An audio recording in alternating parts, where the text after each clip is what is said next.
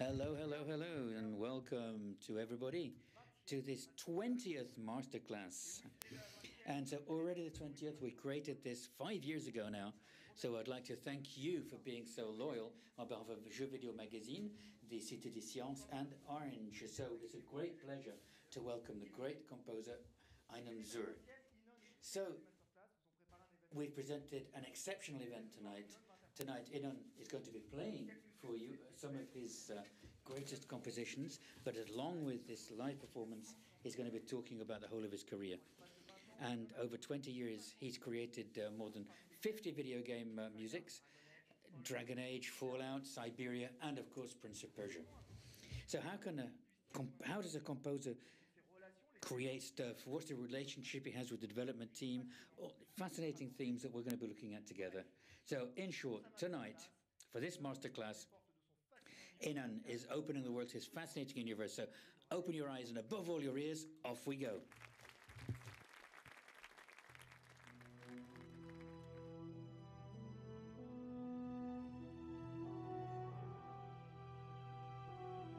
Hi there, my name is Inon Zur.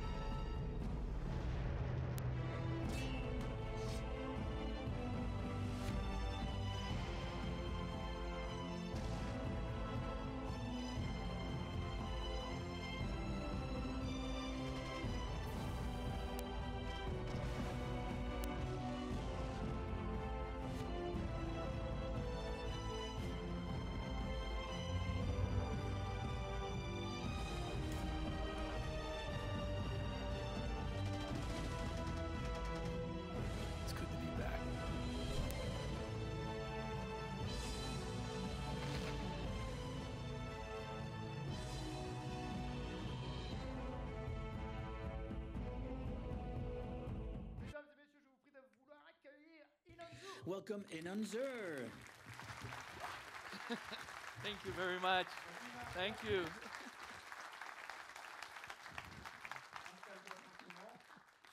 So go and get a seat. So Inon has come especially for you.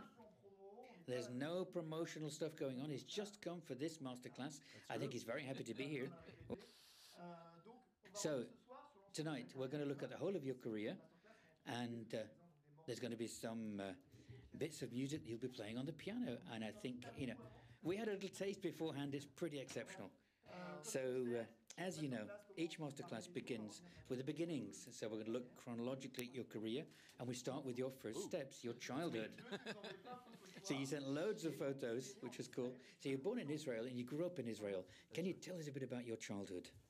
Well, again, I was born in a country that, as you know, didn't have a lot of peace throughout the 60, 70 years that it's been born. And war definitely was a big part of my life, the fear, but also the love for music that my parents instilled in me. I remember, when I was this age, pretty much 2, 3 years old, my parents used to walk with me and to sing like songs. And I sang with them, but I didn't sing the right melody. I sang a harmony. And they asked me, like, what the hell you're singing? I mean, this is not the right melody. And I said, yeah, but it's right for me. So this is how I started. And apparently you started composing very young. That's true. Um,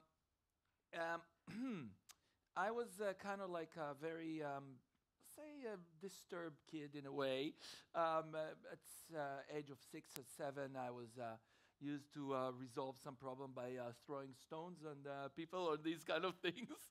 And my parents decide, well, we have to treat it in some way. Why don't we let him play the piano?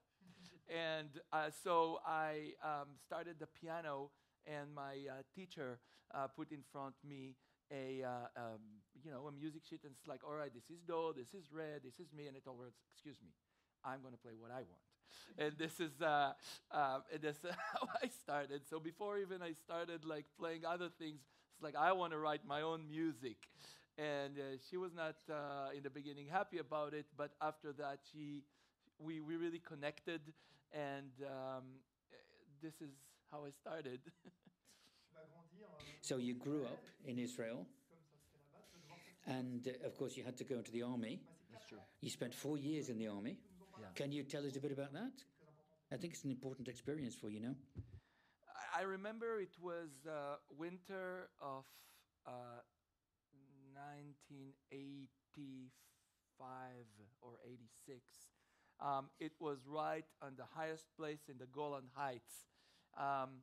It was 3 a.m. in the night, and I was sitting in the tank and waiting for the command to go.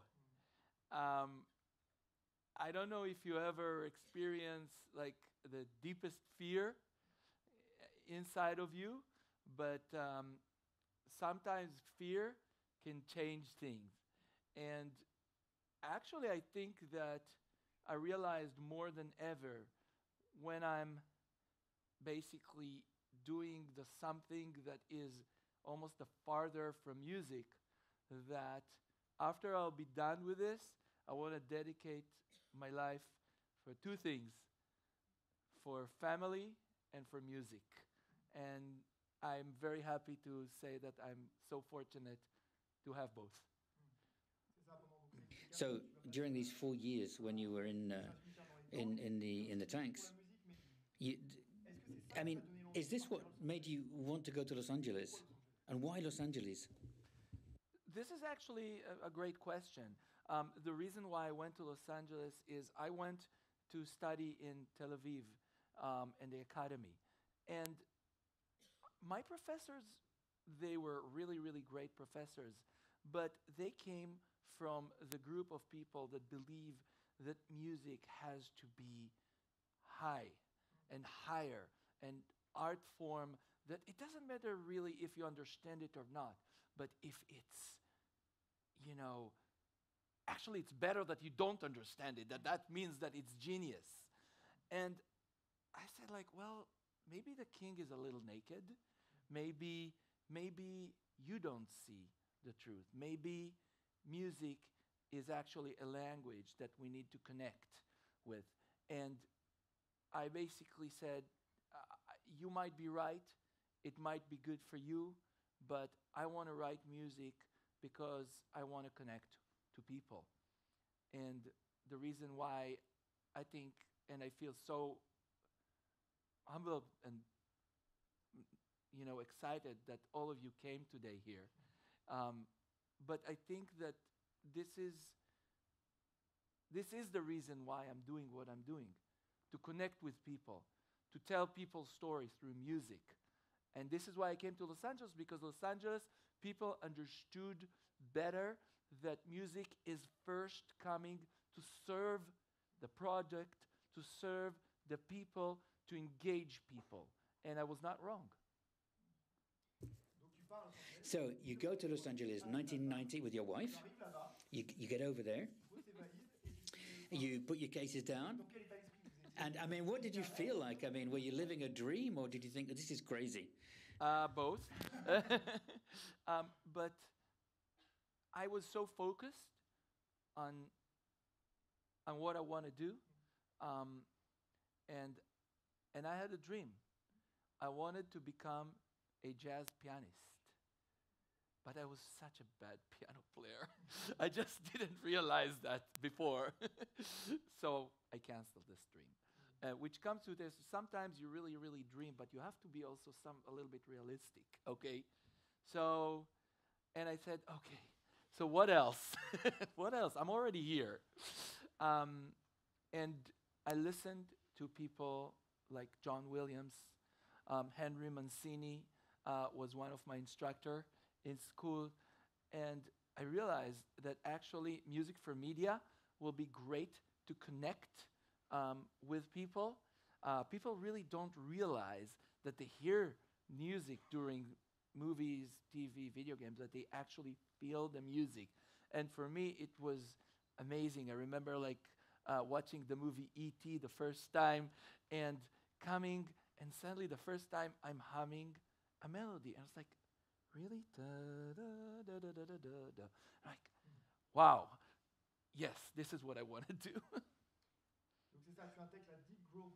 So you went to the Dick Grove School of Music, which is a reference in music in Los Angeles. You worked with Henry Mancini, who was one of your teachers, and so you had your first steps, your first jobs, not in video games straight away, but you worked with Fox Kids for a while. That's true.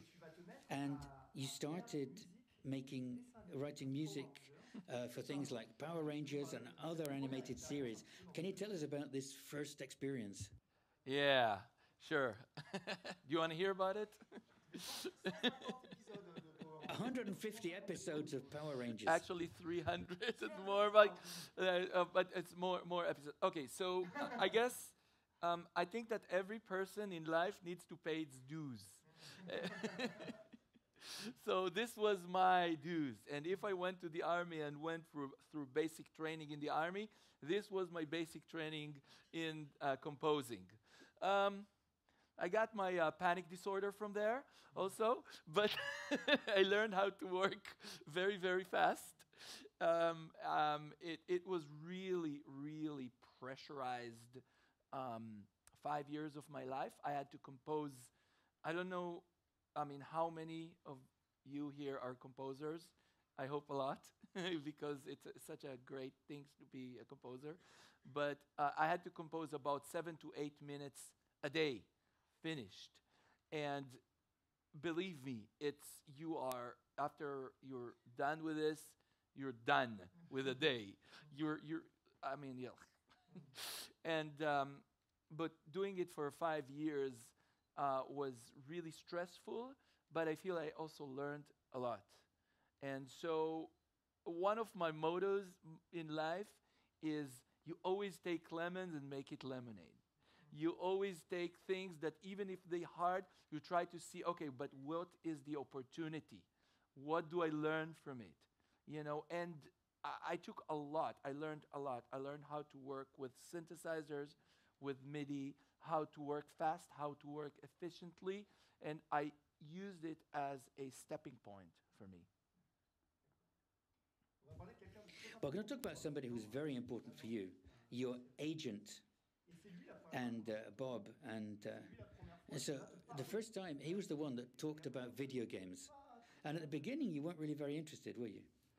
Well, shall we say, one day I'm like in the middle of writing like music for Power Rangers or Beetleborgs or one this, and the telephone ring, and I'm like, there was no cell phones, there were beepers. And I was like, hello, and I hear like from the other side, hello, and this like radiophonic, this like, my name is Bob Rice, and I'm representing video game composers.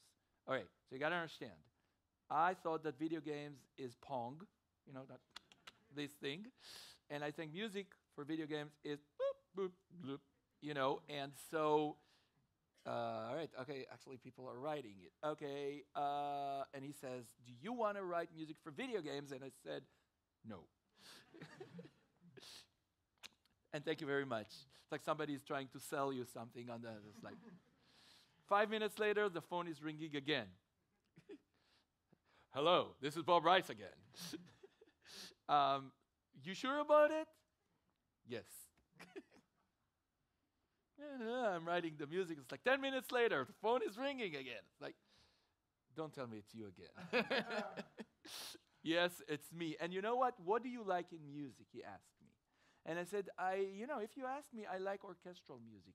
And he said, well, what do you mean? There's lots of orchestral music in video games. I was like, you gotta be kidding me.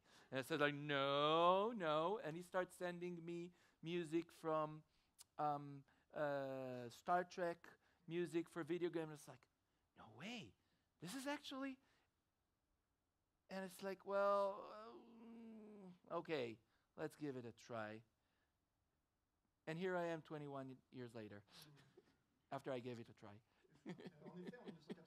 In 1996, you accepted your first work in video game, and it was Star Trek Klingon Academy. Can you remember this first experience? It was an amazing experience. I got to tell you this. So I'm writing this music of Klingon Academy. Can I run to the piano real quick? 1 second. All right. So, 1 second. So this is the first theme ever I wrote for video game, and it goes like this. Do we have sound here?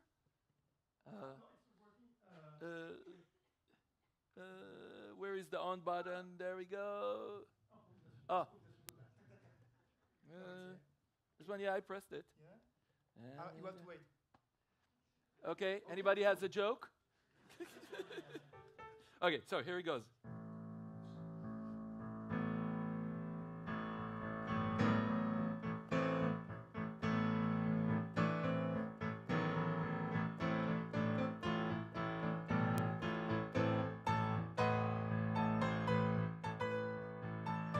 Anyway, on and on and on and on. This is how it goes. Okay. And thank you. It's the first theme I wrote for a video game, and I was really, really proud. Now I'm not sure I'm so proud of it, but never mind. And I'm sending it to the audio director. Now you got to understand, there was no so much internet then, and you couldn't really send I'll send you MP3. No, I had to send a FedEx. So I sent him a CD, a FedEx, and need to wait 1 day. And then the phone is coming. He's calling me. It's like, Charles, what do you think? And then he said, I hate it. And this is how I started my career in video games. And so the importance of failure, we'll come back on this later on. So you worked on the Baldur's Gate 2, Icewind Dale 2. What do you remember about that period? Baldur's Gate is a massive success. Did you realize how lucky you were to work on this game? No. Definitely not. But it was really, now seriously, amazing experience. I call it the golden age of RPG. I got lucky enough to compose music, and seriously, I found, a way that video games can turn into an emotional assets. And I found that when I'm writing the theme for Icewind Dale 2, the theme of Targus, the village, that I could really insert emotions that were not really considered something, that you need in Power Rangers, like sadness, like falling in love, like feeling affection and desire, and all these things really came to life in these RPG games. It's role-playing games. So I got really to feel and to sort of put together the emotions for these things. It was amazing. I definitely felt that, yes, I'm very lucky to be involved in these kind of games. Your beginnings in video games were marked by a period where you did a lot of army games, Men of Valor, Shadow Ops, SOCOM. Were you afraid of being sort of typecast in a way, of just doing these action games? This is the problem and again, if some of your composers, this is some of the problem that exists today in Hollywood, and that if you're doing something and you're known to do something, then this is what you do. You do comedy. All right, so, pizzicato, great. That's what you do. You do horror. This is what you do. But I was lucky enough that people in the video game industry are more open-head about it. And that's true that I did a lot of RPG, but after that, I did war games. And even today, I am so proud to say that I am involved after many long time with a great war game with a great company called Wargaming. And this is, the World of Tanks, and it's actually a company that's based here in Paris. It's a great experience because it is so different. The challenges are different than in RPGs. Every aspect of the music is different, so it's stretching you in a different direction. Your experience working on World of Tanks and war stories, did your experience, being in tanks and things like this, was this useful or not? Well, definitely, but when I'm playing, I could feel the thrill. But when you sit in a tank and you're in a different situation, then also there's a little element that called fear, and it's different. Although I must say that today I first time actually played World of Tanks, and it's very realistic, very realistic. The way it handles and everything. So on this age, but at least I wasn't scared. So now we're going to talk about Prince of Persia, and I think you're going to play the theme of Prince of Persia, 2008. I'd love to.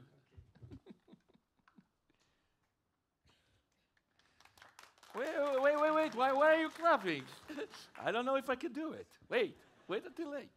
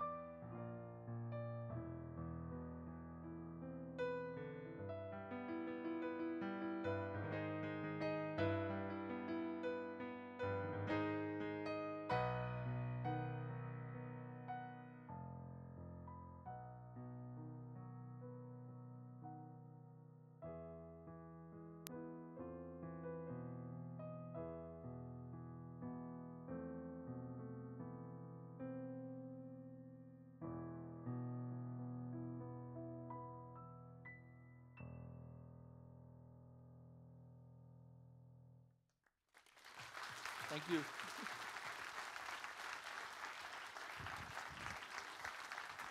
Thanks. Alors, prends ton temps, installe-toi. approché par Ubisoft pour commencer à travailler sur Prince of Persia? Ah. Bon. Bernard? Bernard, quelqu'un? Traducteur? Yeah, normally now, yeah. it's Tamara taking over. Can you hear me? Of course. Maybe I can translate, no? Yep. Can't hear the other voice? Yep, I can hear it. You can hear me? Yep. Can you hear the woman's voice or not? Donc, est-ce que tu te rappelles Yeah. comment tu t'es So- approché la première fois par Ubisoft pour travailler sur Prince of Persia? Remember the first time you were approached by Ubisoft to work on Prince of Persia? Yeah, and that's actually a great story. Anybody is smoking here? Please raise your hand. So basically, I'm Israeli, you know, and Israelis are smokers, okay? That was about 16 years ago, and I was not approached to do the music for Prince of Persia. I was approached to actually pitch for Prince of Persia. And I really, really wanted to do it. So I said to my wife, you know what? If I'm getting the Prince of Persia gig, I quit smoking. 2 weeks later, I quit smoking. Bravo, bravo. Justement, est-ce qu'un compositeur sur des plans doit répondre à une sorte d'appel d'offres? Est-ce que Now, vous do avez composers plusieurs have auditions? to C'est bid meilleur, en tout cas, for correspond. music? It's like you compete with competitors and you get chosen. How does Definitely. that work? Yeah, see, what happened is in many, many cases, basically, there are a lot of people that could, do great job. And they are basically putting us in a little war. And we're trying to be the best. It's a painful process because in many cases, let's say the most successful composers will get maybe 1 out of 5 pitches, okay? So every time I get, a game, it's really, really, you feel, fortunate. This is how it goes in the industry. Nothing is, even if you are successful, even if people know you, still, you're as good as what you are going to do now, and not what you did before. Sur Prince of Persia, donc tu vas With Prince of Persia, you're 3 jeux différents. you go with 3 different games. The Warrior, the two two thrones, so Prince of Persia 2008. Now, Right. in your approach, how is it that you give it a different color, sort of a Middle Eastern color? What instruments and what are your I grew up in the orientations? Middle East, as you know, and Israel has plenty to give. Although, funny enough, it was easier for me, if I'm counting on my roots, to write the music for Siberia, for example, than Prince of Persia, because in Israel these days that I grew up, Russian music was really, really strong, and not more Middle Eastern Arabic music. But nevertheless, I was aware of all these instruments, and it's really amazing what you could do when you take like orchestra, strings, horns, everything, and then you actually have a duduk or a ney or other ethnic instruments playing the melody. Everything is being colored by a different color. And again, if you're a composer, you have to try these combinations. I highly recommend it. And if it's a master class, then, I got to give you some ideas here. Always create a combination that people are not going to expect. I think it's always the small thing, the 10 or 15% of something that you're going to surprise the audience. Something that's like, wait a second, I didn't hear that before. And this is what we did in Prince of Persia, that we had a symphonic orchestra, but then Arabic instruments like ney, like duduk, like oud, and darbukas and other basically floated around, and it gave the music the special color, and not only the melody. Quel est, des 3 Prince of Persia sur lesquels tu as travaillé, quel est Which, you worked on several of those. Which is the one that you found the most fulfilling in Prince of Persia? Where did you most feel the music? I think that the last one, the 2008, was my favorite one because, the whole emotional part, love, passion. I'm a bit sensitive when it comes to these elements, and I love to write about love and about these kind of things more than war. There's way too much war in the world, unfortunately. And yeah, it serves purposes maybe, but when it comes to love and in this story, Prince of Persia of 2008, there is this motif of love and the sacrifice that you make for it, and it really touched me, and I felt that I was able to do a better job on this one. In 2001, you decide to work on focusing only on video games. And why is that? Because they fired me at Fox. No, well, not exactly. But actually, in 2001, Fox Kids, the whole channel closed. And but lucky enough, I started writing music for video games before, so I already connected. Between you and me, in '97, when I did my first few games, I already knew that video games is my passion. I was just waiting when I could get the hell out of there and start doing my things. There is so much more to the work process of video games than any other medias.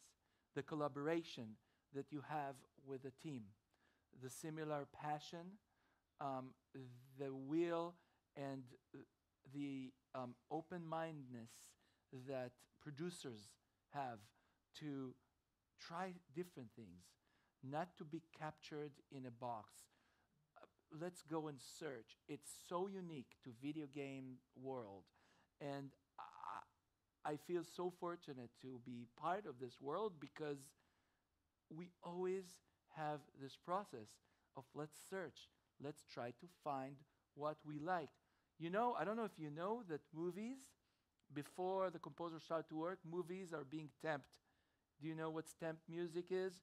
You know, it's like they put music there. So after a month, the producers and director hear this music, they already get used to this music. Well, try to do something else.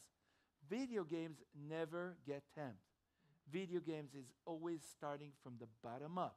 Video game also, you start to work when the game is just being made. For example, Fallout 4, I started maybe 4 years or 3 years before the game was published. I grew up with the game.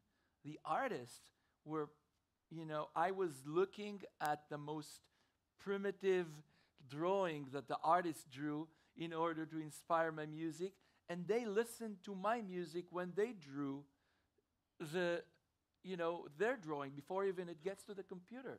This is the right way to work, and I have to give it to computer game industry. They get it.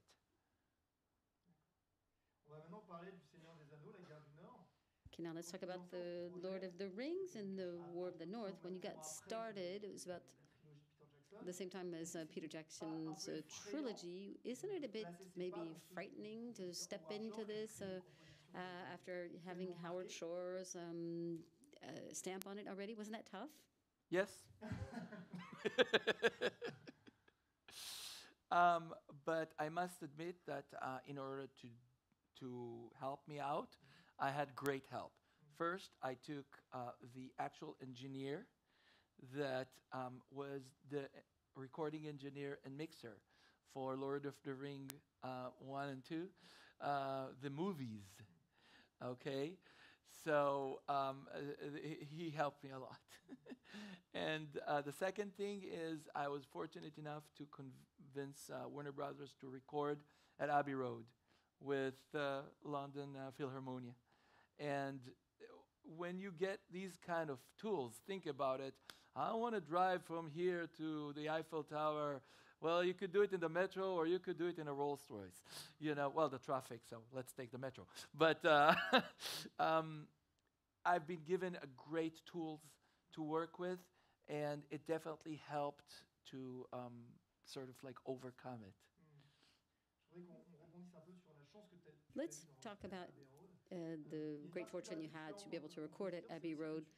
One thing special about that is that you like conducting orchestras. So that's pretty interesting. It's very rare. Why is it so important for you to conduct the recordings on your own?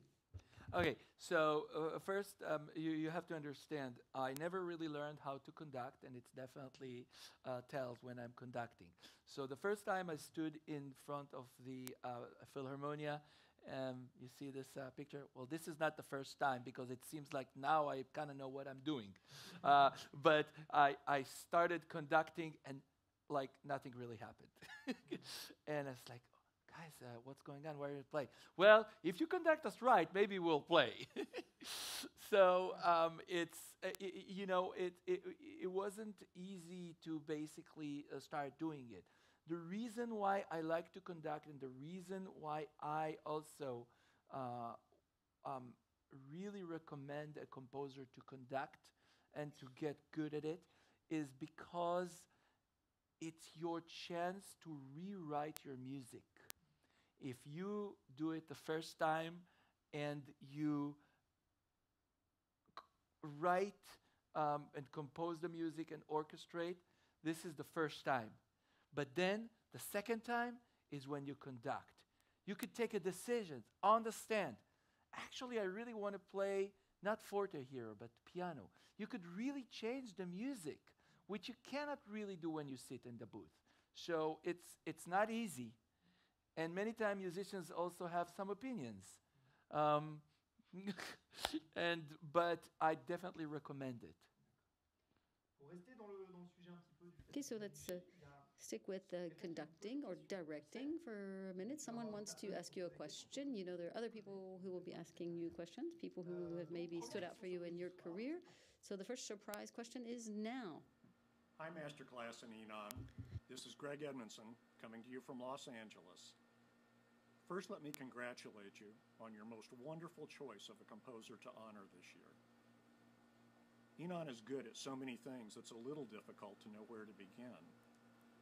He is, of course, an amazing composer, gifted in so many styles and genres that it's impossible to narrow it down to just one. Inon is an amazing pianist, but perhaps most importantly, he's a good dad and family man. Last year I went to a concert at the Ford Theater here in Los Angeles. They played Inon's composition with him on piano and his son in the orchestra. How cool is that?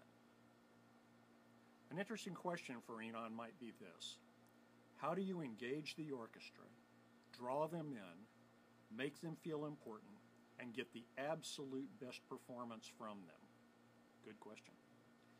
Anyway, have a good one, and thanks. Bye. Wow. I don't know if you know who Greg is, but you know, Greg is one of the best composers today for video games, and he's also the composer who actually wrote the music for Firefly. So I'm very touched. So, but we have to answer Greg's question, right? So here's how I do it. I'm standing on the podium, I'm looking in their eyes, and I tell them a dirty joke. So there is a very hush in the crowd. It happened in London. It's not a good way. But I actually did it. I thought it's going to be cool. But looking in the eyes, it's really, really important. Looking at each one of them, making each one of them understand. Even the violin that sits in the corner, and she is a student who's been brought to the session because her mom was sick and she knows how to play pretty good, but she is the last there. You look into her eyes, and you look into each one's eyes. You go there before the session. You shake their hands. You understand that these people, like you, need recognition. So you do all this thing before. When you stand on the stand already, you're not somebody that's going to command them. You are part of them, and even if you don't know them, now they feel that you have respect for them. And this is the most important thing that musician has. We work together to do something, and it's not me conducting and you play and you do whatever I tell you.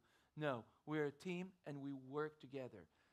When I did this, I got the best results, and I must admit that it works also the other way, because I want to engage people. I want to connect with people. I want to tell them the story and my story, even, so when they're playing my music, they would be able to know who I am and what I'm doing here. So you have to be this kind of and it's part of what you do with an orchestra.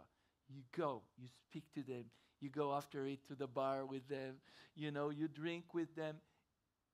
It's working together, basically. On va maintenant parler d'un jeu qui est important. Okay, now let's talk about a game that's important for you, Fantasia. Est-ce que tu peux I love revenir that. Now, sur could you le projet qui était quand même come très back to the project a bit, which was quite ambitious at the time? It was Connect and movement and transforming people into conductors. Could you tell us about that, please? I was really, really lucky first. I mean, and this is seriously a luck thing, because I was not even supposed to do this project. There was a little unimportant guy that they've wanted to do, I don't know if you've heard his name, Gustavo Dudamel. He is amazing conductor and really one of the highest musical acclaimed person. Unfortunately, he couldn't do it. And I basically was supposed just to make the connection, since I was a game composer, between the game and the music.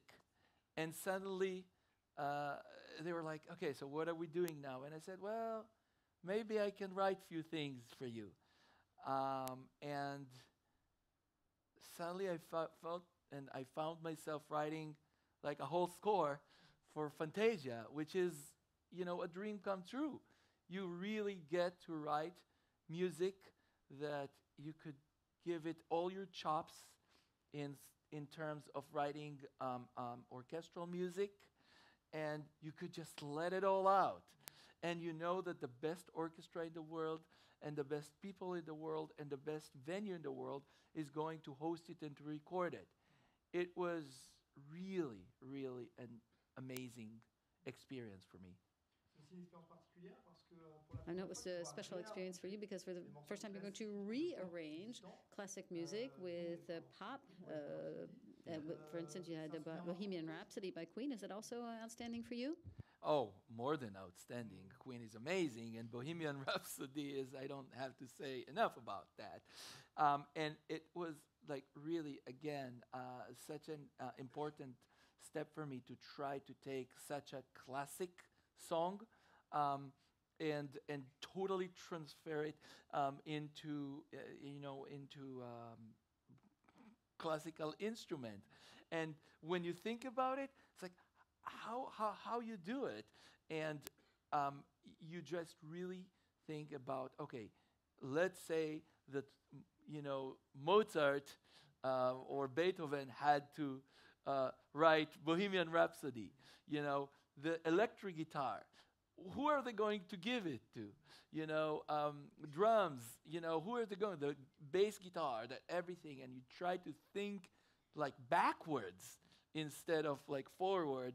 How can we ancientize, the music? And it was really, really great experience.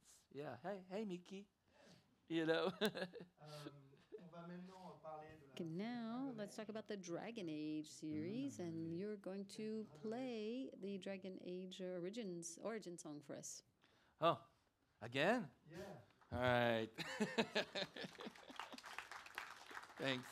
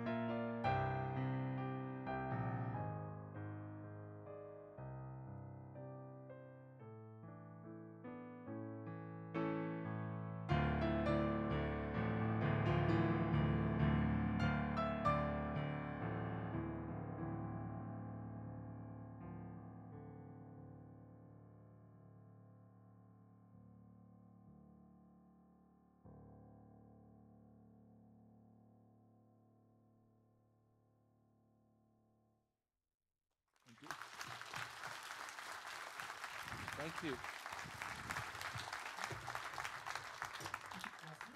Thank you. Thank you. Just wait for you to plug in. He said that next time he's going to learn French. He said earlier on, I'm going to have to learn French. But I need a teacher if somebody's volunteering. But, so what's the first thing that you do when you discover a project? I mean, again, the first thing, project always starts from people, okay? And it starts from an idea, and it starts from a story. I remember I was telling Sophie like a half hour ago, I think, that sometimes I'd rather sit with someone in a room and it's only me and him or her, and him or her are telling me a story. And if it's an engaging story, if it's an interesting story, it's the best thing I can have. I don't need sound effects. I don't need loud explosions. It's the story, what matters. And unfortunately, I feel that sometimes we are falling capture to the amazing techniques that we have today that are creating these amazing sound effects and amazing visual effects and stuff, and we're losing the core. We're losing the story. Video game, and a good solid video game, starts from a story. And if we are telling a story and we're telling it in a good way, we already have 70% at least. So I'm going to the studio, and I'm sitting with the people, and I'm telling them, don't show me captures. I was like, tell me the story. Tell me more than the story. Tell me what you want to tell the players. Tell me what you want the player to feel, okay?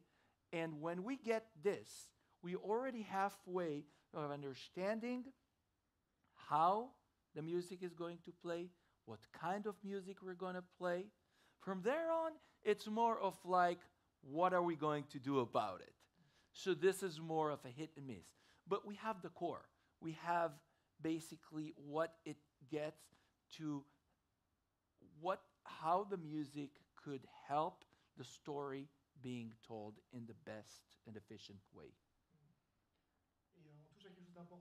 There's something very important that you're saying. When we're preparing the masterclass, you talk about emotion, the importance of emotion. That's the heart of what you want to get. But can you remember, after you discovered the pitch, say, of BOS, say, what was the emotion for Dragon Age, say, the emotion that really struck you? I would say more than anything, the story of Dragon Age is always a story of combination between love, between betrayal, and deceits. And when you, at least in Dragon Age Origin, this what was. And I feel that the color, because of that I wanted to paint, the musical score was more a sinister one. It wasn't a clean story. The motivations of many of the heroes there were not good. The drive was not clean, and the thirst for power and for victory was not always for good cause. And you also had to choose what is the good way. So the music definitely and the emotions were quite sinister, and sort of like I admitted that even when we did the love songs in Dragon Age 1, it always was somehow emerges into something that is sad, that is a bit sinister, and yeah, that's pretty much it.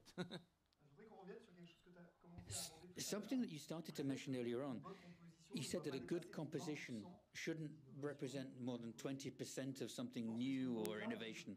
If you go beyond that, do you think you're going to lose the player in something that's definitely. The thing about, and actually I had a speech about it.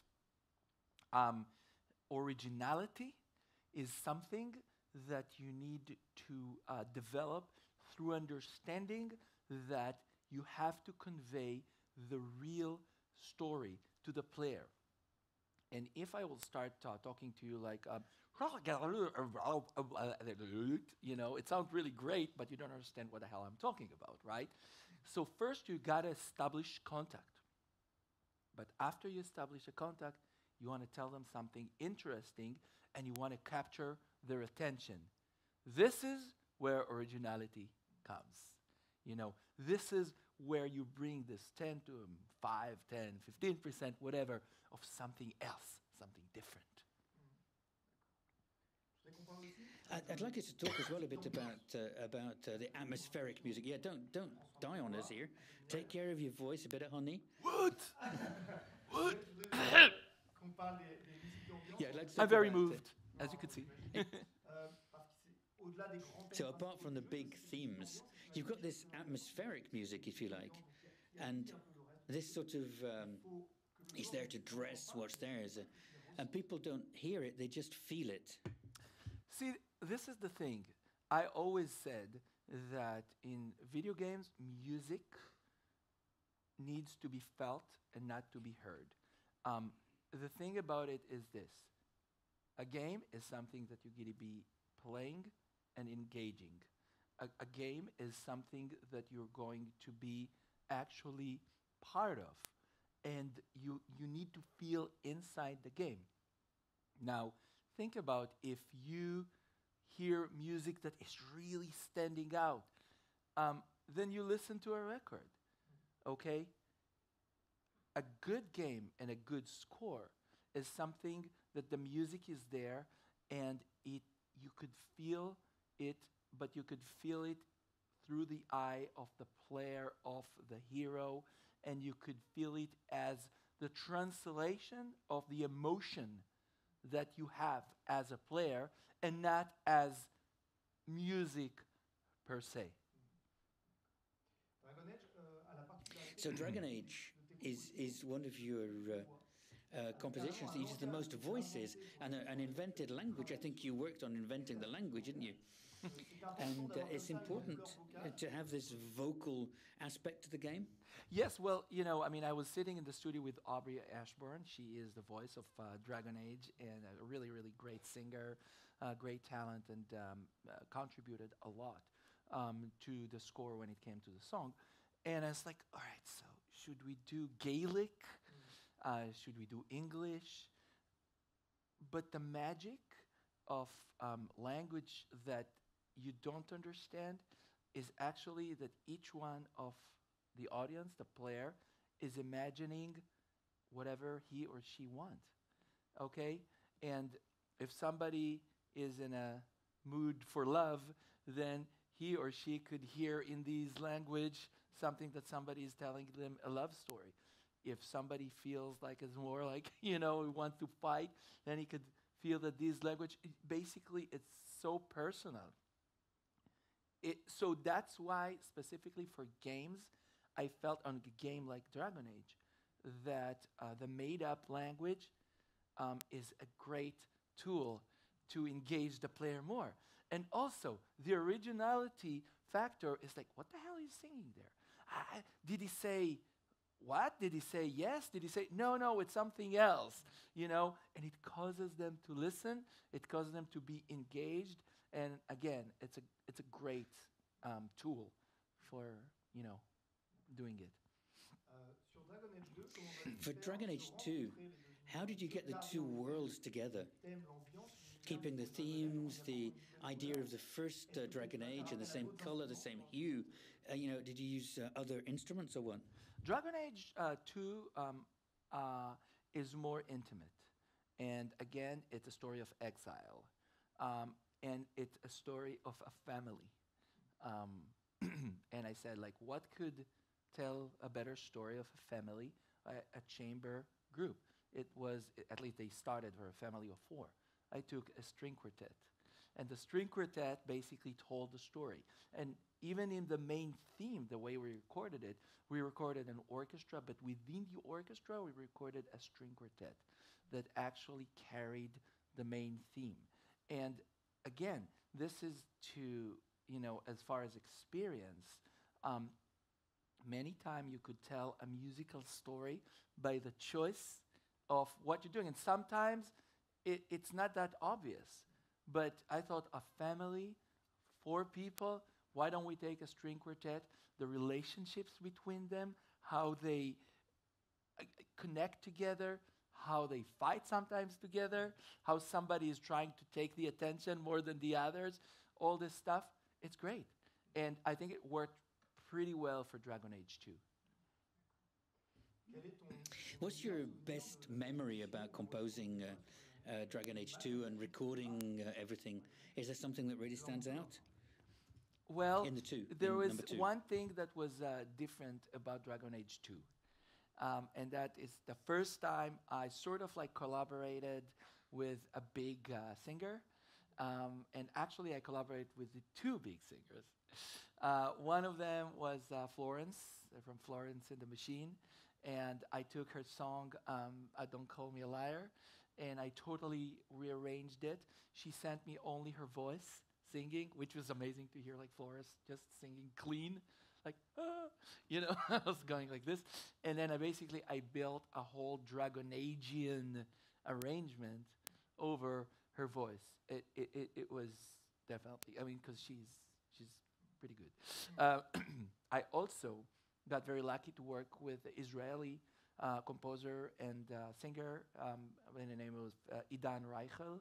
And if you're really liking world music and this kind of atmospheric music, please check him out. He's amazing. And he contributed a lot to some of the songs that we did in Dragon Age 2 and helped to portray and to color and to give the different sort of almost Middle Eastern color to the score there. So I love collaborations, and this was 2 very, very successful collaborations. And so now Siberia, and you're going to give us a little bit from Siberia 3, I think. Off you go. On the piano. All right. Je vais t'accompagner. I'll come with you. He's going to do it? No, I got we're playing do you need to go to the restroom? No, never mind. Oh, it's working? Okay.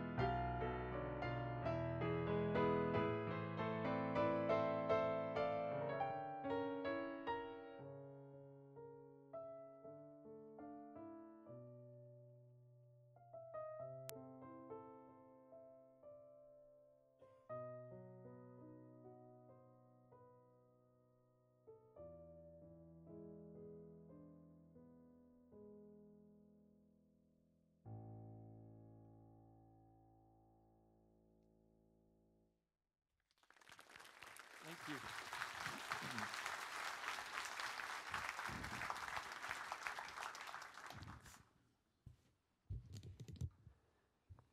All right, come on, come on. You want to hear a dirty story? No, no. Oh, right, okay. I forgot about it. Oh, it's little. Right. Okay, Siberia is a series created by an artist, a visionary, a genius, a designer, and video game creator, Benoit Socal. What was your collaboration like with him? Well, Is it Benoit, someone I mean, completely I don't different? really need to say a lot about Benoit. I mean, he's a genius, but more than a genius, he has a lot to say, and he knows how to say it so well. And he doesn't really afraid to say the thing that he wants to say in a way he wants to say it, and he doesn't really, feel that he needs to cater to, to make himself look, great of other people. He's Benoit, and he will tell you what he wants to tell you, and he's doing it brilliantly. And working with him, I mean, of course, the word that comes is inspiration, because just to have the courage, to do what you want and to believe, in what you want and to do it in this way. We have a lot to learn from him.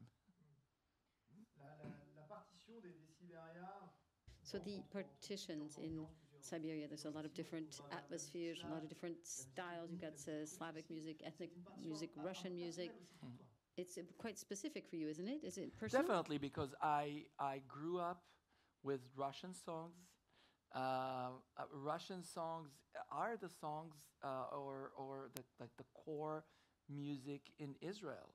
And when we were singing around the bonfire when I was really young, I mean, the songs that we were singing were not Israeli songs. Israel is 60 years old. How could you develop? I mean, it's a country that people came from all over the world, but a lot of them from Eastern Europe and Russia.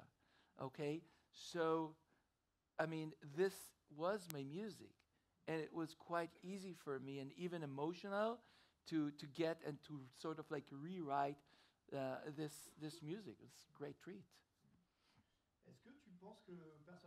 Do you think that the main character, Kate Walker, is a specific instrument? Do you assimilate them with a specific instrument or a melody? Well, let's take it back a little bit. So in 2000, it's like, I think I would say 3 or something, like Siberia 2, my wife is asking me, so who the hell is Kate Walker? Apparently I was talking a lot about her during dinner. And it's like, are you in love with her? You could fall in love with a game character, and I definitely fell in love with her a little bit. There is something so rogue about her. And again, like I said about Benoit, I mean, she's kind of a Benoit. She will seek for the truth. She will go where never ever people, and she's not afraid to say what she thinks, and so it was really easy for me to flow with her and write the music for her. As far as instruments, no, but since Siberia 3 was so rugged as far as the nature, and you could see it's very atmospheric and very nature-like, I've decided to take Kate into something that is a little bit more savage, something more tribal. And I had the great singer, Arlie Brighton, singing the voice of Kate Walker, and the theme is being carried by a vocal that is almost tribal vocal. And before we go to another game, there's somebody who has a question for you about Siberia. Inon, it's always a pleasure for me to work with you for all these years. I have a little question for you, Inon. What is your secret to transform my own vision of Siberia into such a magical music without so many discussions? It's infected. It's infection. Benoit's magic is something that you get infected by. And I mean, you cannot be next to Benoit without absorbing the love, that an enthusiasm that he has, and it's going through his personality, but it's going through the story, and it's going through his drawing. You cannot really stay idle without, really let your emotions go. And Benoit, I mean, it's everything that he's basically doing and representing. It probably was one of my easiest jobs ever, because it's so easy to basically get carried away and do this. But this is because of you, Benoit, so thank you. On va maintenant passer au gros morceau. Now let's look at the big piece of the evening, Fallout, the Fallout series, very important for you. So then let me invite you again to go over and play Fallout 4 for us, please. Somebody want to do it instead of me?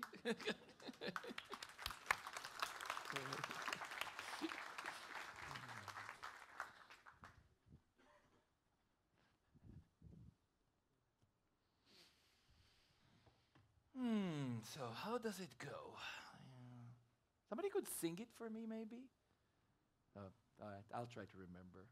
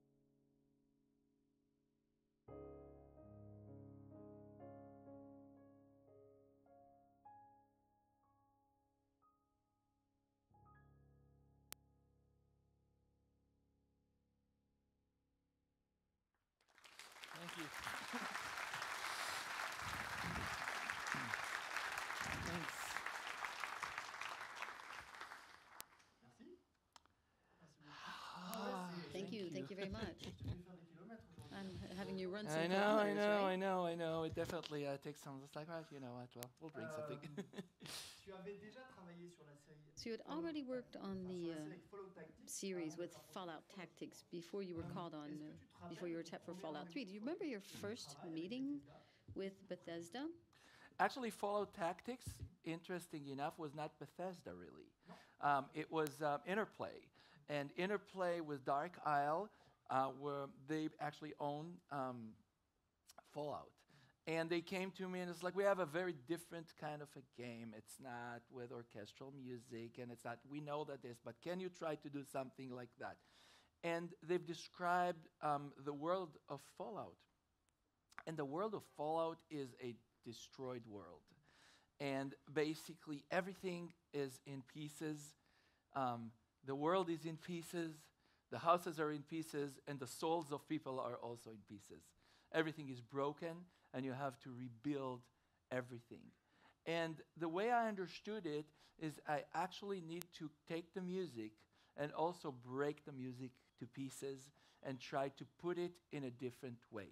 So before I started actually writing anything for Fallout Tactics, I actually gathered people to the studio, singers, and they thought that they're going to sing. And I said, well, no, I'm going to pay you a little bit more, but you're not going to sing today. And for about 4 hours, I had them scream, cry, dance, you know, stomp their feet, do the weirdest noises, and then they went home. And I stayed with this. And I took it and basically broke everything and started to build a language out of this, start to mount sound effects on it, and the sound of Fallout Tactics is really the first time I ever did what I called an organic sound design, which made of organic sounds that are not meant to be musical, but it is something that I made something musical out of this. And it was really something different, and I'm so happy that I had the courage to do it because they really appreciated it.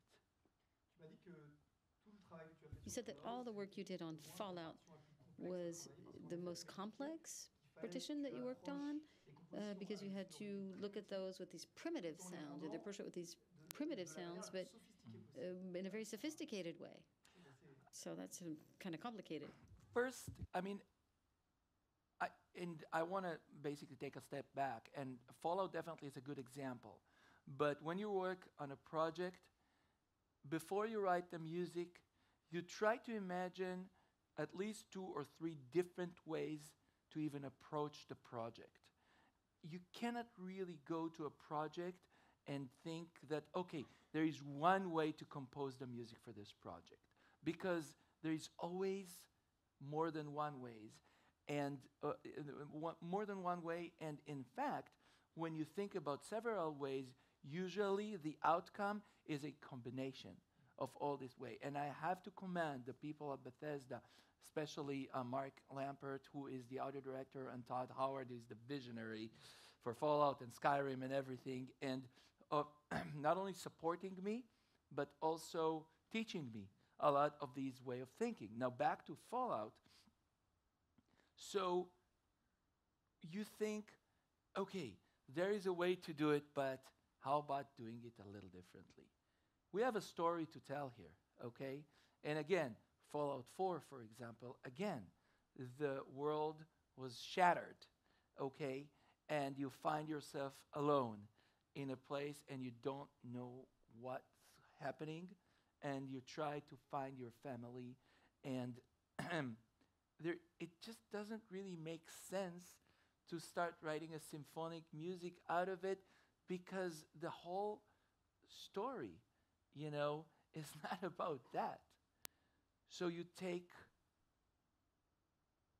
different elements and make music out of them. He's going out and he see piles of junk Okay, so I take this chunk and I'll take a bow and I'll bow it. And the sound that came out of this, when I'll process it a little bit, will be the theme for this area.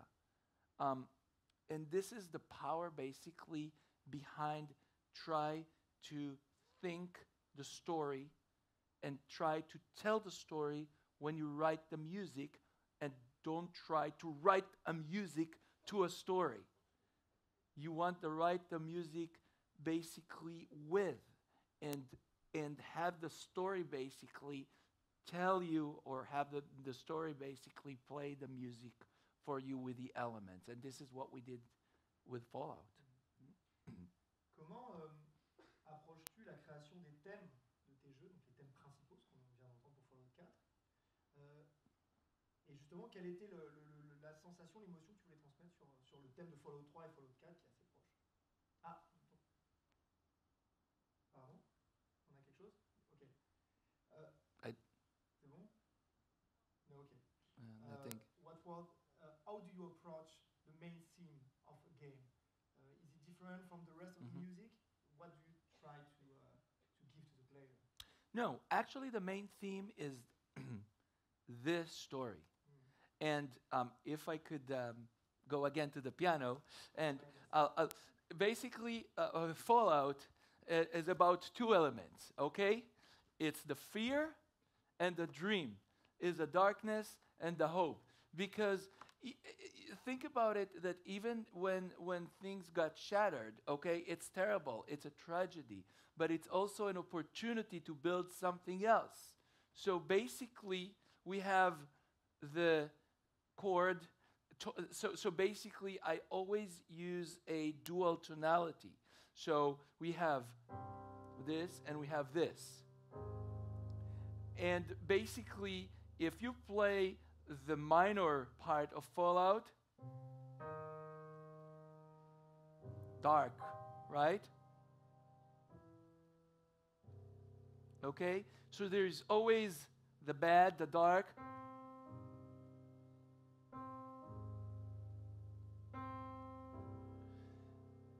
Every element in Fallout was always dual. And the duality element in Fallout was one of the things that I always wanted to enhance more than anything else. And also, the piano that is playing in Fallout is so soft, but all the other elements, the brass, are so dark. Again, duality. Duality gives you depth. Depth gives you the best service for the story. And again, you told the story, okay? So it's not about what you play, it's about basically the idea behind what you play. It's not what you compose, it's more about the idea behind what you compose and how the story could drive it. Well, thank you for the demonstration. You're welcome.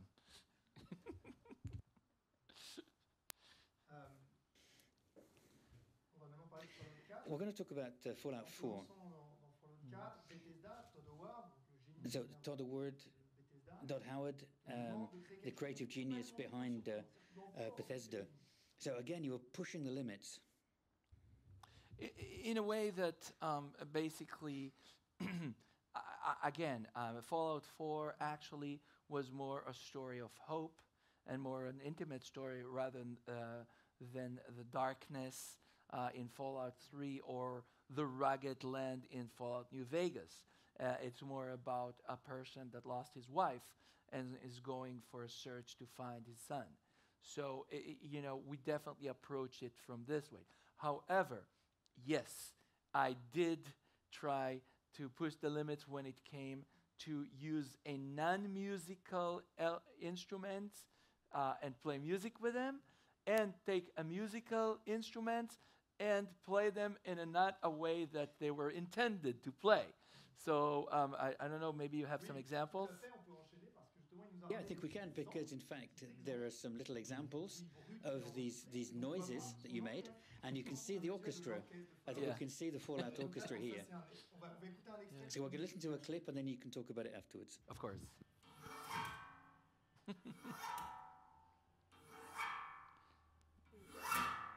That's me on the piano, just like this. And this is me doing this one on this piano. This poor piano. Et ça, c'est la version définitive. And that's the final version we just had, I think. Yes. Yeah. And this is when it's interacted, inside the music.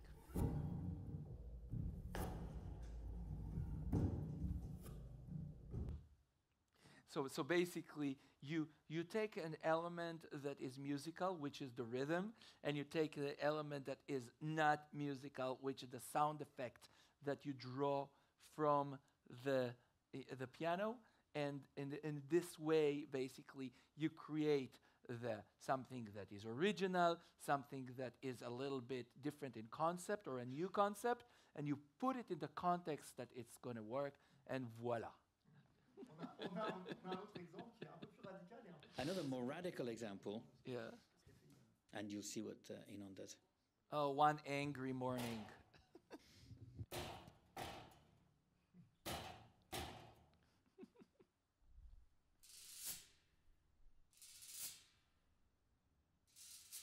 That's a stick on this stick. Yeah. Et on va voir ce que ça donne dans le morceau. And now, in context.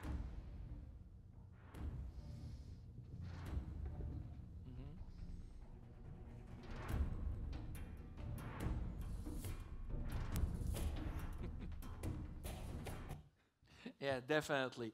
And it's kind of cool because you take the chairs and you play them as is, but then you take it and you drop it maybe 2 octaves down.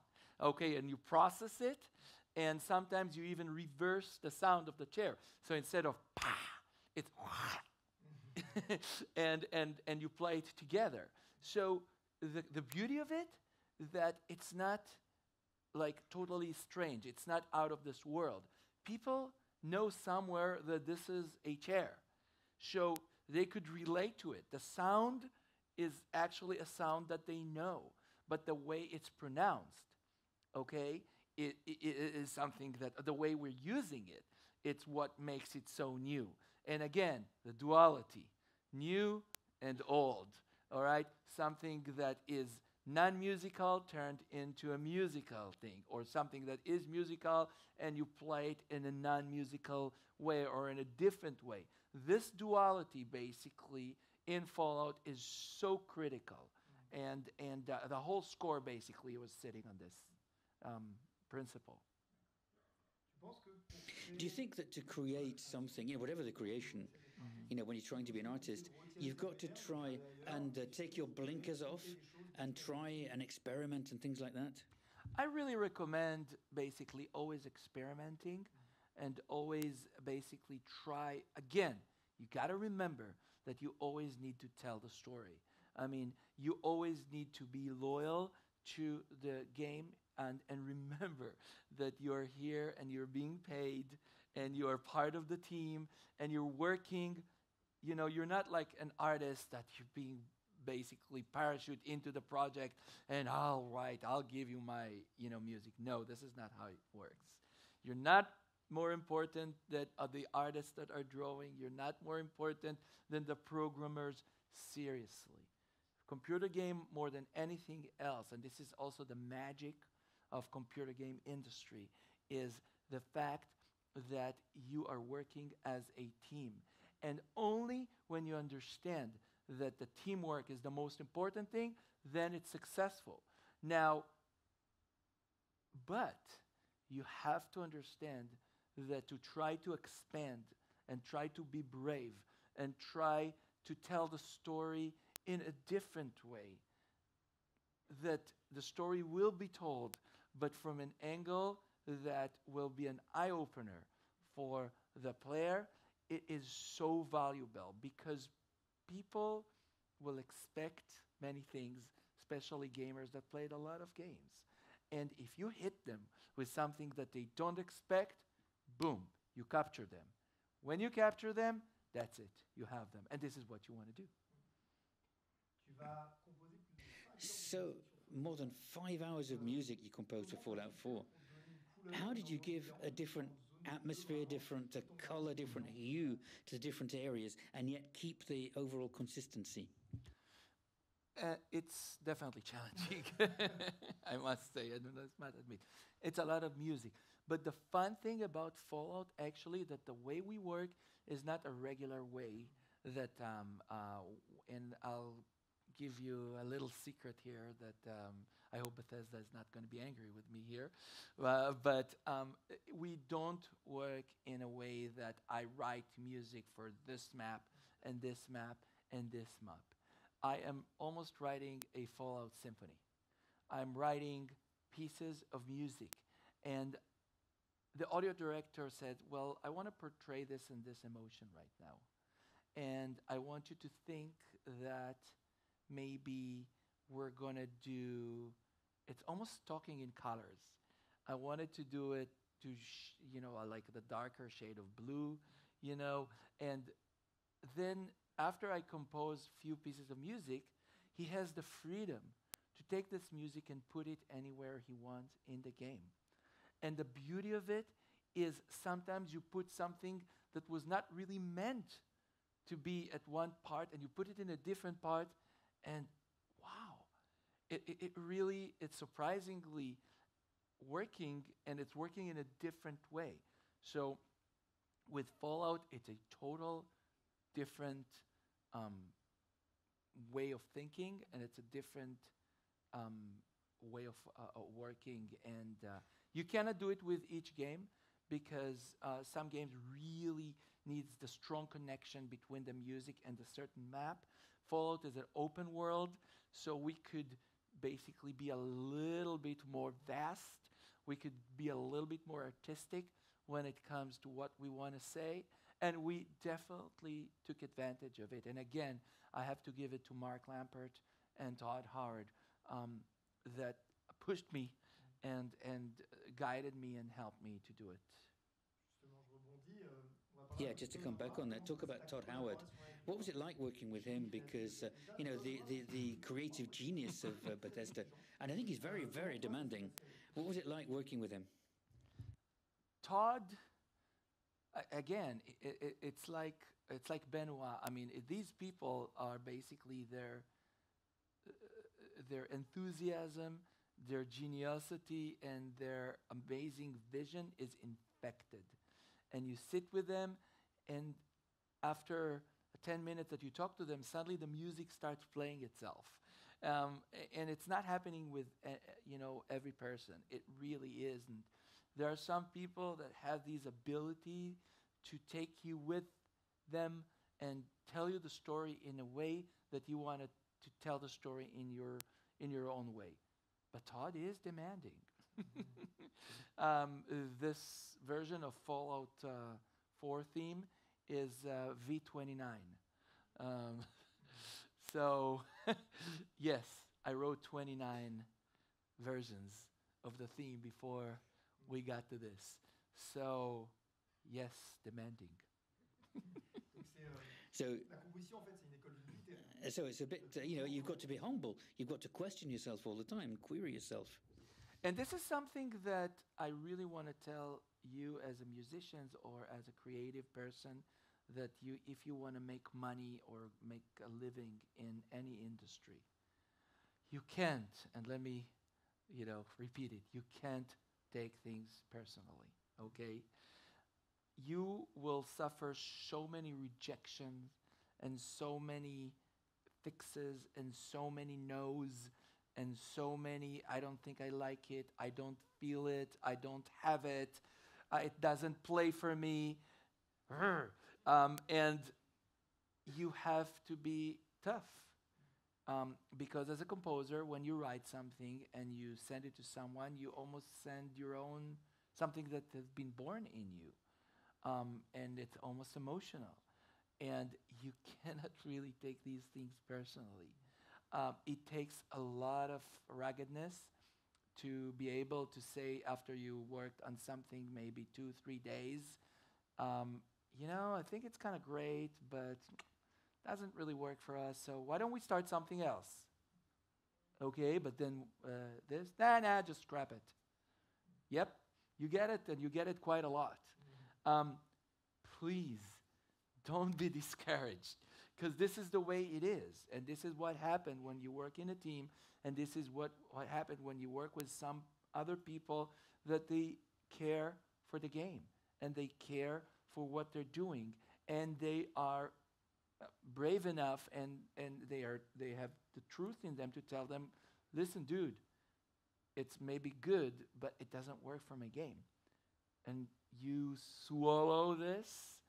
I would say swallow a frog, but here you guys are swallowing frogs all the time. So, in America, it's it's a little different. So you swallow something, and you just keep on going.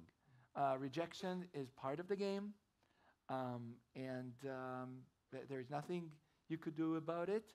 But then the reward after finally you nailed it, it's irreplaceable. Talking about rewards, the soundtrack of Fallout 4 was one of the best sales on iTunes. It's massive. I mean, it's pretty rare now. I think it's the first time I think it happened in the history of video gaming music. It must be really amazing for you to see this great success after all this work. Yeah, and maybe this is my opportunity to say to everybody, thank you. Really, thank you. I mean, you have to understand. It's like, it's us, the composers, that here to serve you. It's our duty, and it's what to do is, you guys are the boss. And you got to understand that. Your opinion matters. Your taste matters. This is basically what drives us, composer. The ability to take somebody and to look into his or her eyes and understand that what you did matter to him. We are here basically to serve and to entertain, in a way, you. And so when this happened in iTunes, it's not up to me. It's because of, the connection that was made with the audience, and I just say thanks, So before we close on Fallout, there's something which is very important for you, which is DLC for Far Harbor. Why was it special for you, Far Harbor? Far Harbor is sort of like to me, in a way, was the jewel of the crown. And I think that, to me, I liked the color of the score for Far Harbor more than anything else. Because I don't know if you remember, the story about Far Harbor, but you take a boat and you go to almost like an uncharted place, and it's totally unknown. So it's not this post-apocalyptic place. Well, it is, but it isn't. It's the post-apocalyptic, but it's also really mixed with nature and the powers of natures. And this put together, something clicked. Something really happened, and the emotion of the player who is scared, who is unsure, but who has the hope to do it. The sadness behind this story that almost doesn't have any hope. This is the last part of the search, and it might fail. You take a boat and you search in places that people never visited, and you're almost ready to lose hope. And this is what Far Harbor was all about. So it was quite a journey for me to compose music for Far Harbor. And as well, it was very personal, because you had a guest on the composition, a particular guest. Definitely. I had my son, who is really, really good cellist, Ori Zur. And Ori is my second son, and I'm very attached to all three of my sons. Ori got to perform the theme for Fire Harbor, and I think that in many ways it even strengthened the connection between us, and I feel so fortunate to have my music played, by my own blood. Wonderful. We're now going to go on to the outlook before we go on to the audience questions. And the question that often comes up on your career. Which instruments do you prefer composing for? Or you prefer using? Okay. So first, I always compose with keyboard, obviously, because I'm a piano player. But my two favorite instruments, or I would say three, actually. Number one probably is the cello. And number two, but sometimes also number one, is a French horn, which I love. And the third one, actually, which really is different, is the English horn. Because the English horn has this dark color, which is not the quacking sound of the oboe, although oboe is also cool. But English horn has this kind of like a darker, menacing sound to it. So all three are really, really great. The magic of cello, by the way, and why I like it so much, is the range of cello is actually the range of the human race. The lowest tone of the cello, which is a C, is where basses singer goes, and the highest tones is where the highest soprano coloratura are going. And so basically cello is almost the most human instrument of all as far as the range. That maybe is why it's moving me so much. Si tu avais l'opportunité de composer la musique, So if you could compose music for any video game saga that exists or would exist, what would you go with? sur laquelle tu n'as pas travaillé. When you haven't worked on, of course. James Bond, jazz, big band. My dream. If somebody is doing here a game with jazz or something, please hire me. I'll do it in half price. Quarter. Quel conseil donnerais-tu à un jeune What advice would you give someone young who wants to get started composing? Forget about it. No, I don't need more competition.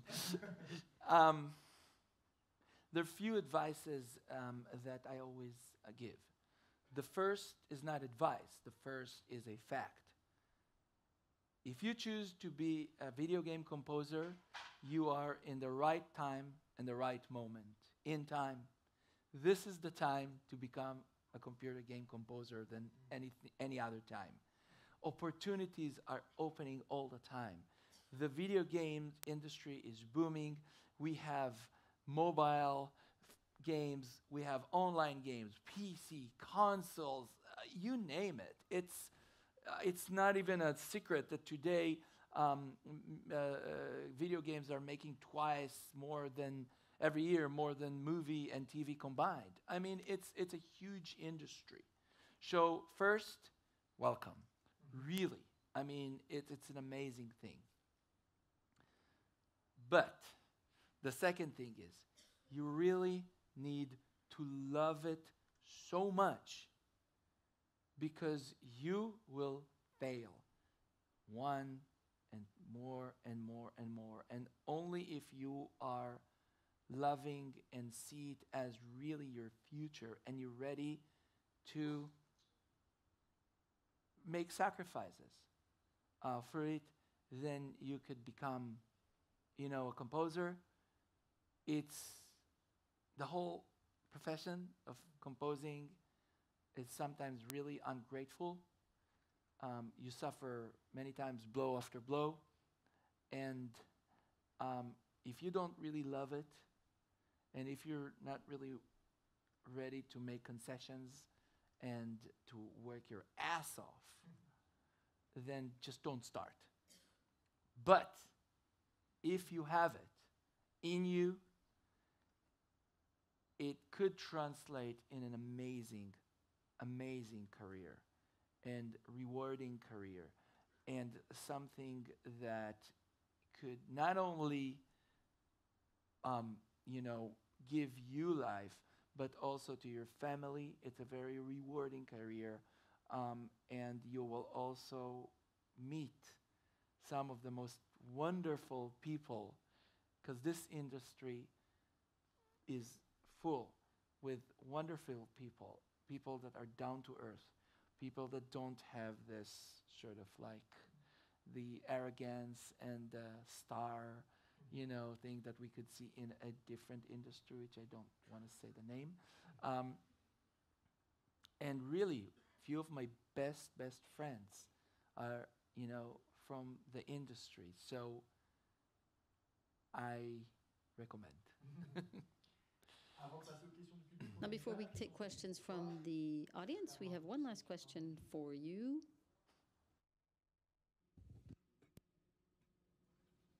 Oh, hey, Inon. Hello, everybody. It's Olivier de Rivière. I wish you have a pleasant stay in Paris and you're enjoying the city. Hello, everybody in the room. I have a quick question for you. Surprise.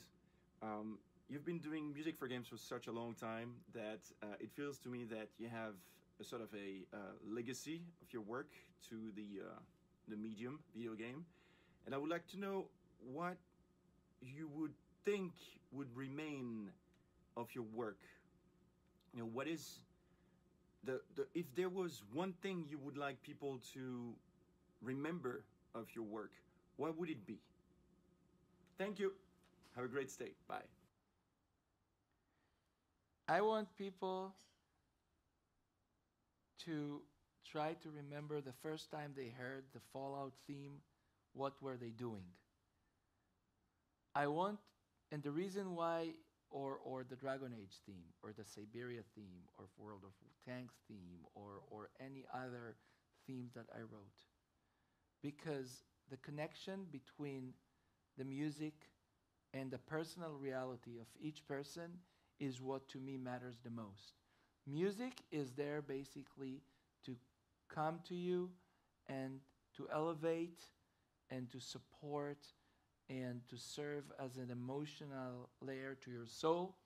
So if there is one thing I would want people is when they hear the music, they could go back to the time that they heard it first time and remember where they were, what they were doing, and remember this connection between the reality and my music, and this personal connection between myself to each of soul who heard my music is, I think, the real legacy.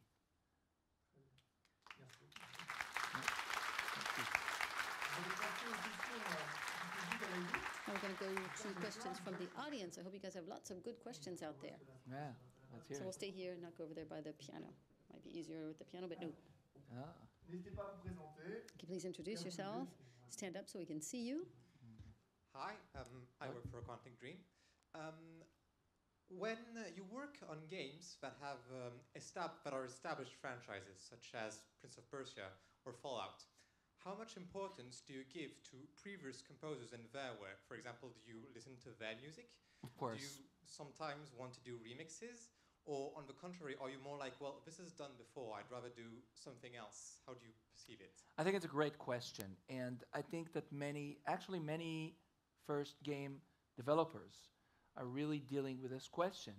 So for some reason, we decided not to use the same composer and we're going to the other composer.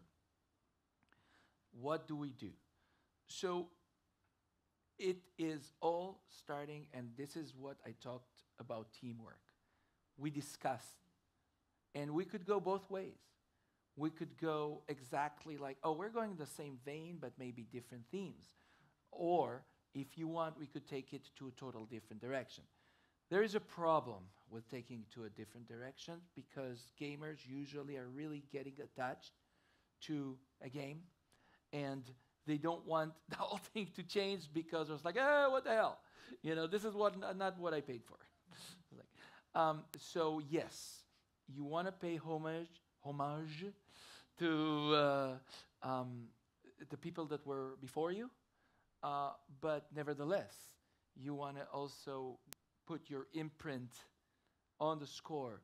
And I always take it from basically this is the soil, okay, that was there before, and I want to grow, my own plant out of this soil. So I'm basically being fed from this previous thing, the soil, and my plant is going to be my plant. This is sort of like who I am. I'm not afraid of that my personality is not going to go, and I am not feeling basically shy or it's not like something that, I'm not going to do it, to learn and to take from other composers. In fact, it's empowering me to learn and to take from other composers, and I'm doing it all the time, believe me.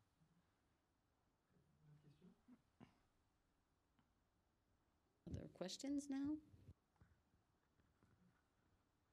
Hello, Inon. Hi. The first time I heard about you was while playing Icewind Dale 2. Wow. At the very beginning of the game, we enter the village, and then the music began. Right. And at this time... In Targos. Yeah.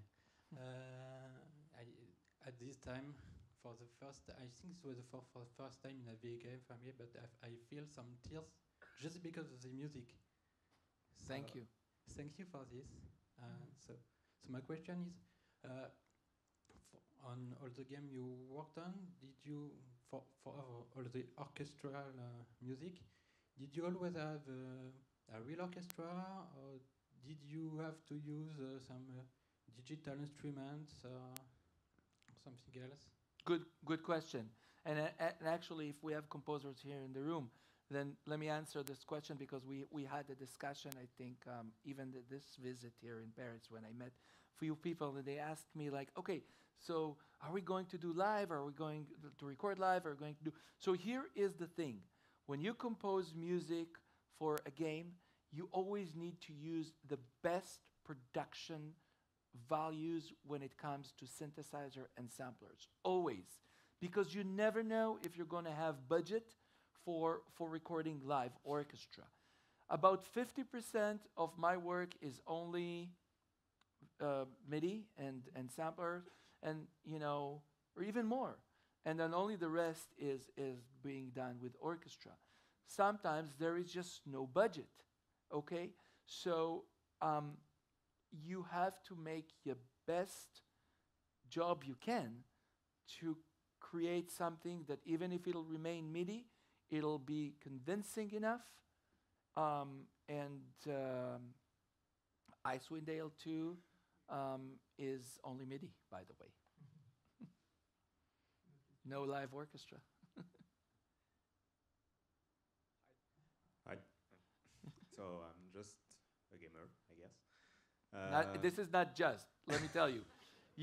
Because of you, people like me are sitting here. So So my question is both technical and mental process. I wanted to know what kind of black magic you tried to make when you had a stick and a metal table, and you just do some kind of stuff, and you got what you heard. I just wanted to know how you went from raw material to the kind of symphony we heard after that. see, it's not about the tools you use, it's about basically the choices you make. Because the same thing I could do with chairs, I could do with this table. And the intention is what's important here.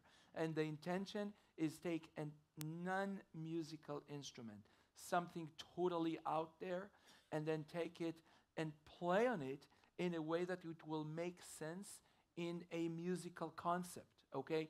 The reason why I took chairs, because the metallic sound, and when we are in Fallout 4, all the rubbles and stuff, it's a lot of metal, stuff there. So that's why when you see it, sometimes you want to portray the picture with your music. But the intention was to take a element that is totally not musical and then play on it and then put it inside a concept that will make sense from a musical point of view. That's it. And no, it's not a black magic, it's kind of green magic, by the way, but that's a different story.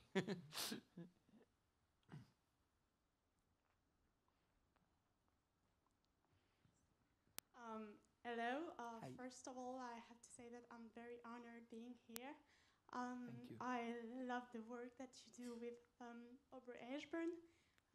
It's been a huge influence in my life. Sorry. I'm going to start crying right now, and it's really easy to make cry. It's like we don't have tissue here. So come after it, I'll give you a hug. No, so my question is related to one of the computer games that you worked on before. It's called Lineage 2. And you worked on Interlude Chronicle and Alpha Blood, but alone. And I think that you also worked with Bill Brown. That's true. So please could you tell some word about this game? Actually, it's a great question, and thank you so much. Again, everybody. I mean, see, there is no word to say about emotions. Music is all about emotions. And if you are open enough to portray your emotion, then this is the best reward for us as a composers. Music is all about emotions first. Lineage 2 actually was really, really, really important in my life. And the reason is Lineage 2 was the first time I used vocal, and it's the first time I used fake language. So it did not start in Dragon Age. Lineage 2 basically laid the foundation for me. Lineage 2 was the first time I ever used song inside a score. It was definitely one of the most important games score I did. It's not as popular, and I'm kind of surprised that you know this game, but personally, it meant a lot for me. It started a lot of ideas for me. So thank you for the question.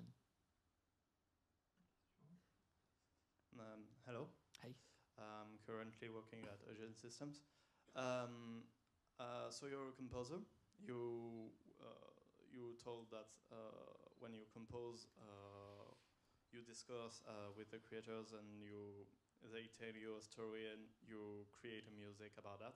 Mm-hmm. Did you ever think or did you ever experiment to work the other way around? I mean, create a music and then from it maybe create a game? I actually know two people that are doing it in Israel, and they actually building their own games on music that they composed before. It's really, really cool idea. And I'll tell you something. To me, it almost doesn't matter. There is one thing that matters. It's the story, okay?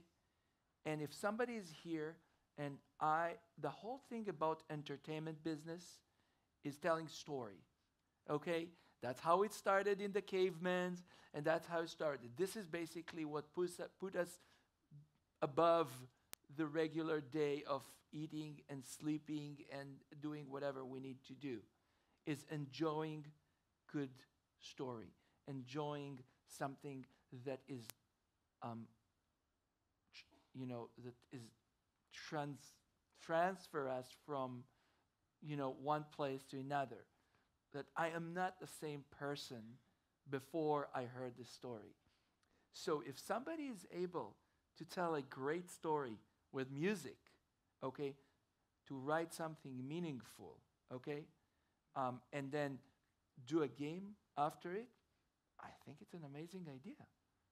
I would do it on the Beatles song, though. I love the Beatles.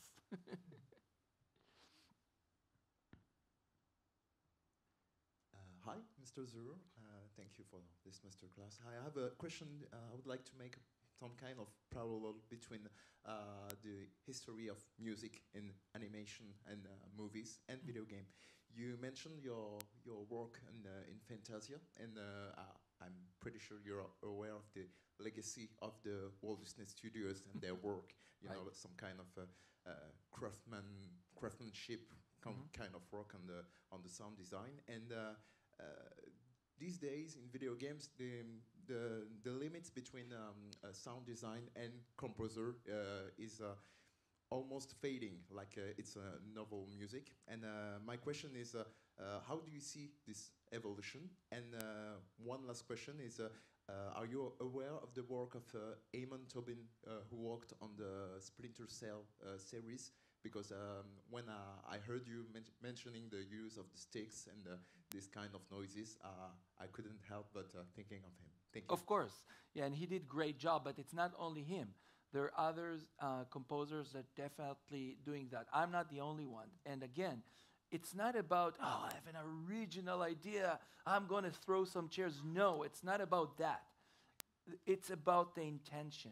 It's about what will serve the game. It's about what will serve the story. And to answer your question, the future is now, basically. The limits are gone. Memory is something that of the past. We have pretty much as much memory as we want. I remember that when we composed the PS1, PS2, it's like, I have just one stereo stream and 3-4 megabytes. Let me see what I could do with it. No, it's gone, all right? But think about how scary it is, because it's like now, when you have all the means in the world, how can you make a better work than the Beatles that had only 4 channels? See, it's not about that. It's not about, sometimes limitations is actually really helping you. And I admit, it's great to have unlimited memory, okay? But it's not what will make music or games better. It could help really the interactivity, which is really, really important, because the amount of music that you could put into game, and stamps, and loops, and all these transitions is great, and definitely it's going to be flawless.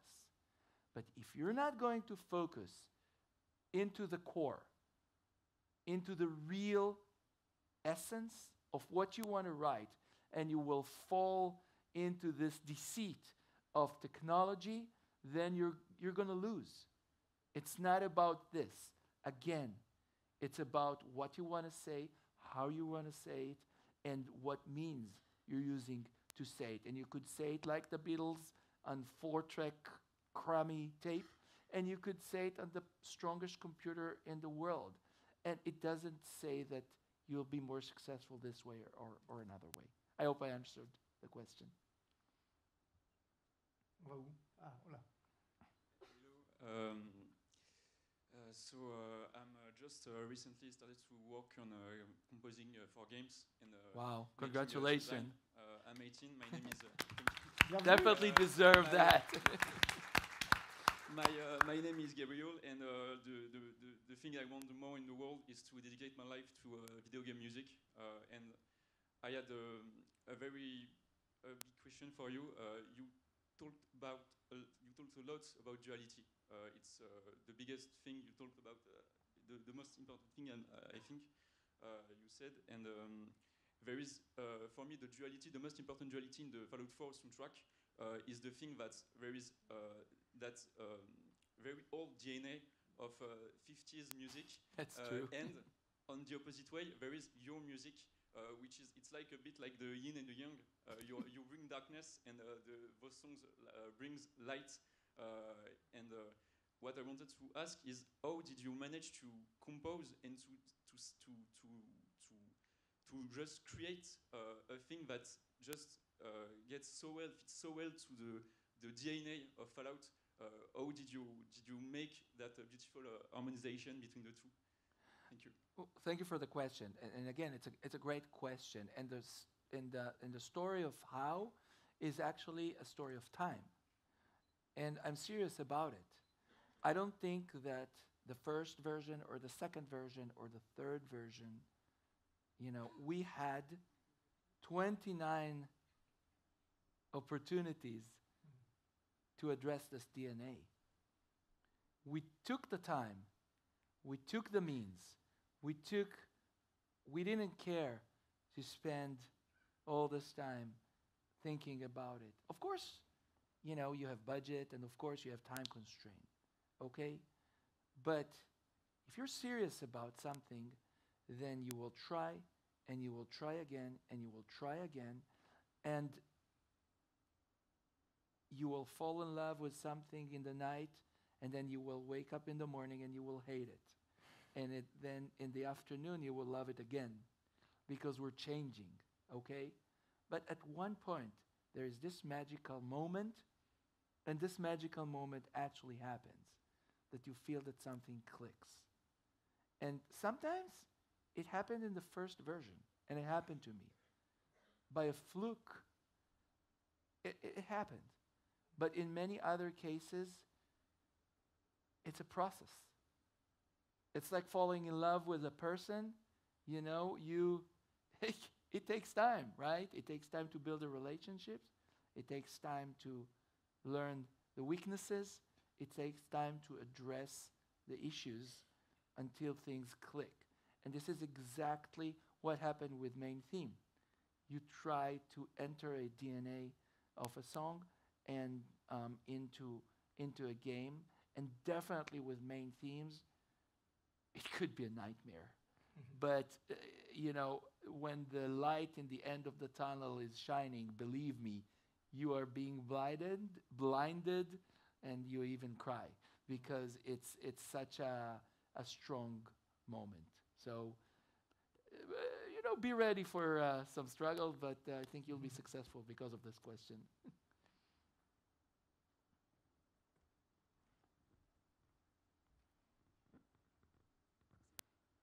Hey, Inon.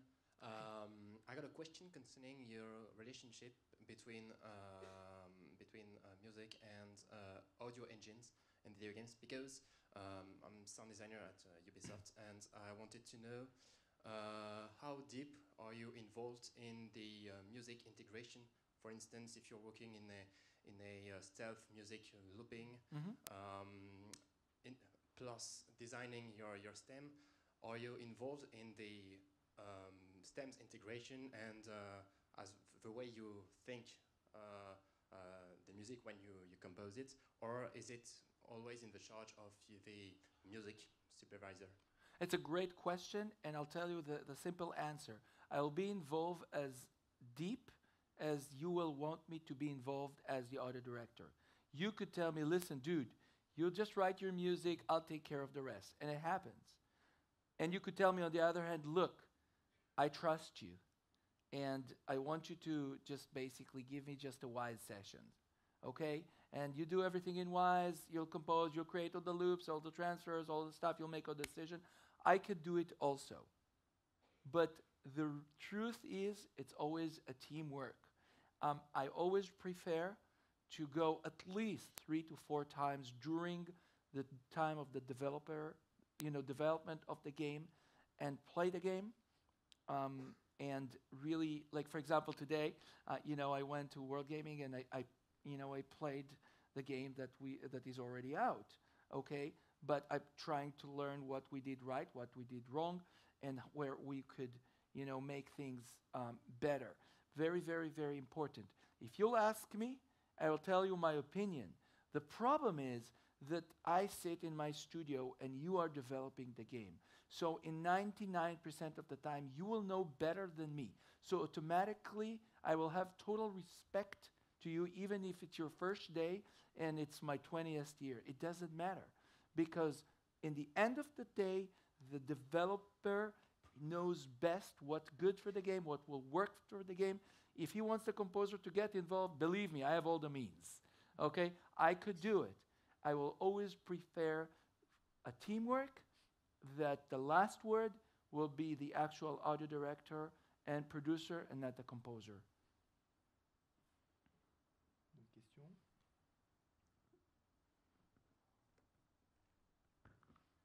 I just wanted to say something. At the end, you mentioned that your legacy was for us one moment when we started the game and listening to the main theme. And for me, it was with Siberia, and I was with my Siberia 2. I was with my father, and I wanted to share a moment of beautiful thing because I saw images of the game and also listened to the music. So it was really a good moment to share with my parents and with my father. So I just wanted to say that. And my question is, Thank you. What kind of band do you listen to now? Because you mentioned the Beatles, and for instance, you recorded in Abbey Road, and Abbey Road Beatles. So how did you feel at that moment? Thank you. Yeah, I mean, you probably could imagine. I mean, I went to Studio 2 and there's Paul McCartney's piano there, the one that he actually recorded, Let It Be with. So cool. It was really, really cool. But the thing about it is, see, here's the thing about the Beatles specifically. I mean, I love these era, I love Queen, I love Police. I love, everything, but I also like Motown, okay? I love jazz, and today, I mean, some of these, new singers, I mean, I won't forget, I was invited to a pre-Grammy big party, and, I'm sitting there, and next to me, suddenly there is a white piano going out of the stage, and Lady Gaga is sitting next to the piano, and she is playing one of her songs and playing the piano. And I understood the power of great singers, great moment, and the great performance. And she, for example, is one of them. You could like her, you could dislike her, but she's a real artist. She, like Madonna, like the Bee Gees, like other people, like, they say whatever they want to say, and they say it with carriage. So the thing about the Beatles, though, is every time I hear a Beatles song, two things happen to me. The first thing is like, how the hell it is fresh all the time. It is fresh. It's like, it just was composed now. There's something so fresh and so vital about their music and how the music is setting with their lyrics that it's almost indescribable. And the second thing about them is some singer have like one great hit, two great hits. Listening to their song, come on. Every song is a hit. Every song, it's up to you if you believe in God or don't believe in God, or if you believe in anything that is beyond. What I believe in, I definitely believe in some, that there are definitely a spiritual power that is connecting everybody, and somebody is able basically connect this to this spirit and spiritual power in a way that is able to connect between all of us. And the Beatles somehow, they managed to do it. So to me, they definitely, stand out with this. I mean, that's just what I think.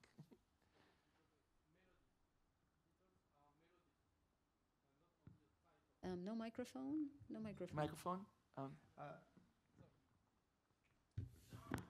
I'd say that Beatles is out of time because it's melodies.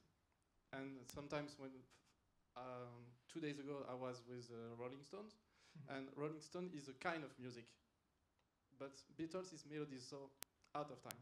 That's what I think. I tend to agree, but other things like, yeah, definitely. Une autre question? Alors où va-t-on? Là-bas, au fond.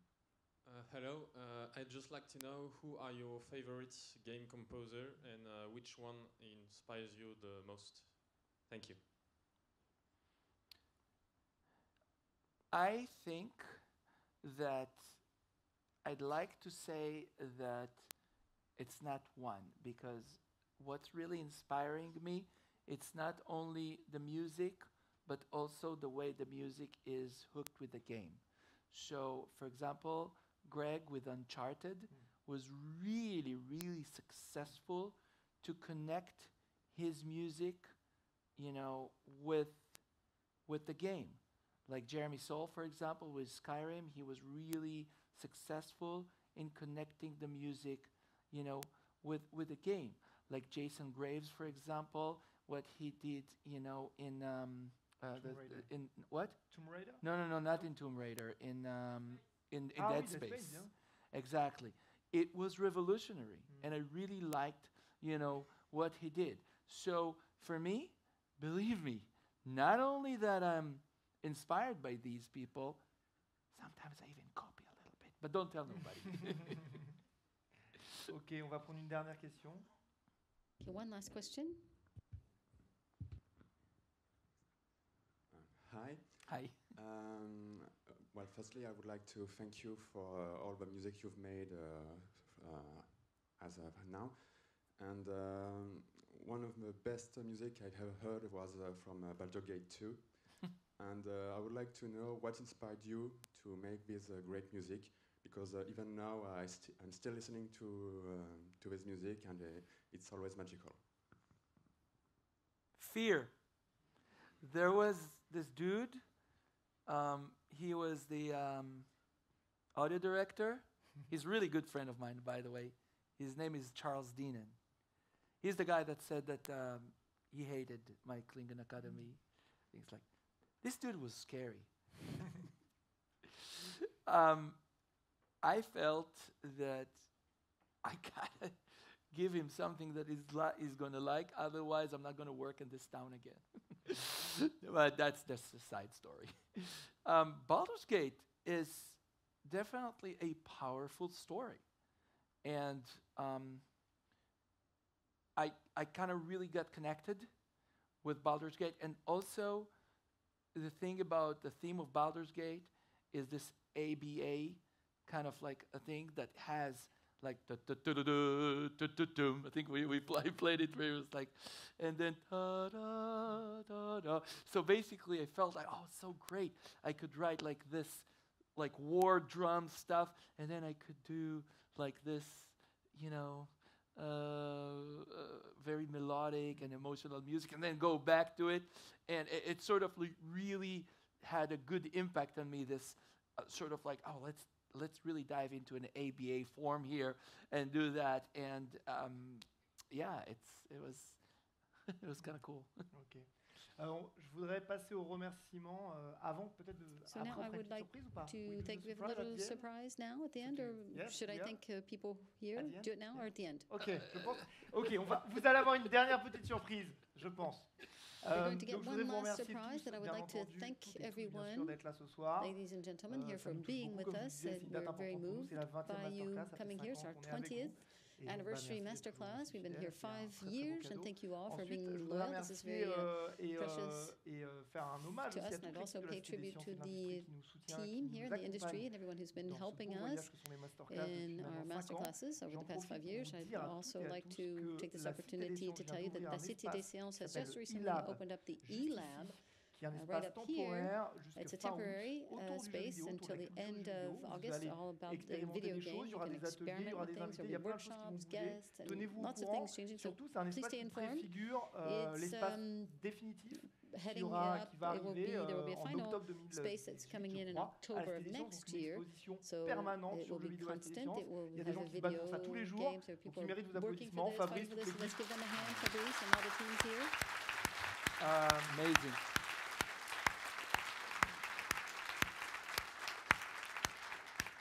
Petit remerciement pour les personnes qui nous ont aidés aussi à préparer cette masterclass. Sophie the masterclasses. Sophie Philippe, who helped us qui lui a parlé des masterclass, talk to Inon, get him here, talked about the masterclasses, and got him involved and interested to be with us. Also, Greg O'Connor-Reed, who's the press agent for Inon, who's been fantastic here with us. He's been helping us, getting contacts, getting everything together. And also, last but not least, of course, thank you, Inon, for being here with us. It's a fantastic gift that you've given us, your excitement, your good mood, your music.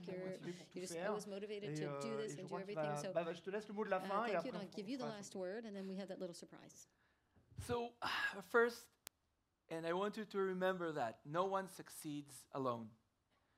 And there are people along the way, like Bob Rice. But some people also today, I want to recognize Jeremy Valaket. Please stand up if you can. J'ai mis l'agent d'Inon, agent de compositeur. His agent. Is my agent. Composer. I want to acknowledge Sophie Philippe, who is here. And she is so instrumental and in my career, especially here in France. And there's not a lot I could tell you except of thank you. Of course, Jean-François, who invited me, and I don't know where he is, but I want everybody to acknowledge. I think that visionaries, we have a lot of people, we have a lot of doers, but without the visionaries, we cannot do anything, and Jean-François is one of them. So again, thank you. And Olivier, amazing, intelligent question, really engaged me in what to do, and I know I probably forgot somebody. Greg O'Connor-Reed, he is back in Las Vegas, but if he's seeing me right now, I love you. You are so important in what I do, and you support me for the last 16 years. And last but not least, my life, Osnat, my wife, and my 3 kids, Jonathan, Ori, and Tomer, who are my real inspiration. I couldn't ask for more in my life, even if I would born a million more times. So thank you, and last but not least, thank you all for being here with me. So, one last surprise for the audience. Do you want to play one last tune for the audience? What the hell? Come on. Donc, je ne sais pas ce que va choisir. What do you want to play? I don't know what he's going to play, though. Fireball? Okay. It's up to you. It's really up to you, Inon. Always like this. We wait. Parce qu'on a hésité, on a beaucoup hésité avec Inon, donc on a fait des essais. Il a même carrément joué Baldur's Gate 2. He played Baldur's Gate 2. No, just kidding. No, I will play Far Harbor.